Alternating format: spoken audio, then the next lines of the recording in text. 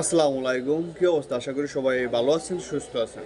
আজকে যে বিষয় নিয়ে কথা বলতে চাইতেছি, আমার কাছে মনে হইতেছে আর কি, আশা করি আপনাদের কাছে মনে হইতে পারে, যে বিষয়টা ক্লিয়ার করতে চাইতেছি আপনাদের মাঝে, সেই বিষয়টা হলো বাংলাদেশের স্পোর্টসের রিপোর্টারদের মতো, তেলবাজ মনে হয় অন্য কোনো জায়গায় নেই। যেমন বাংলাদেশ আছে, ইন্ডিয়া আছে, পাকিস্তান আছে, শ্রীলঙ্কা আছে, ইটিসি, যে যে দেশগুলো ক্রিকেটের সাথে ইনভলভ, এই দেশের প্রত্যেকটা দেশের স্পোর্টস সাংবাদিক অবশ্যই আছে, স্পোর্টসের রিপোর্টার অবশ্যই আছে।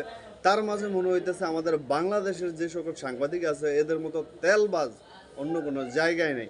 বাংলাদেশের প্লেয়াররা একটু ভালো খেলে তাদেরকে আসমান জমিন একবার এক পিরালা হয়, ঠিক আছে, আর যদি খারাপ খেলে একবার 14 গোষ্ঠী উদ্ধার করালা। দরকার নাই তো ভাই এই ধরনের রিপোর্টার। এরাই মূলত বাংলাদেশের প্লেয়ারগুলার পারফরমেন্স নষ্ট করার জন্য দায়ী, আমি নিজে পার্সোনালভাবে মনে করি। অতিরিক্ত মানে যেরকমই ভালো খেলতেছে, অতিরিক্ত তো এক্সট্রা কিছু বলার তো প্রশ্নই আসে না। মানে এমনভাবে মানে রিপোর্ট করে মনে হইতেছে প্লেয়ার একবারে 7 সাগর 13 নদী পার হয়ে গেছে, মহাভারত অশুদ্ধ ঘুরে লাগছে, এমন কিছু পারফরমেন্স আমাদেরকে মনে উপহার দিছে প্লেয়াররা। ঠিক আছে, প্লেয়াররা কি খেলতেছে কি খেলে আমরা তো জানি, মাঝে মাঝে একটু ভালো পারফরমেন্স করে, এটা নিয়ে আপনারা যে রিপোর্ট করেন বাবারে বাবা, প্লেয়ারদের মনে হয় একবারে 7 আসমান উপরে উঠে এলাম। এগুলার দরকার নাই ভাই, এগুলা আজিরা ফাউল রিপোর্টের দরকার নাই। এই আজিরা ফাউল রিপোর্টেরগুলোর জন্য প্লেয়াররা মূলত খারাপ খেলে, আমি পার্সোনালি মনে করি।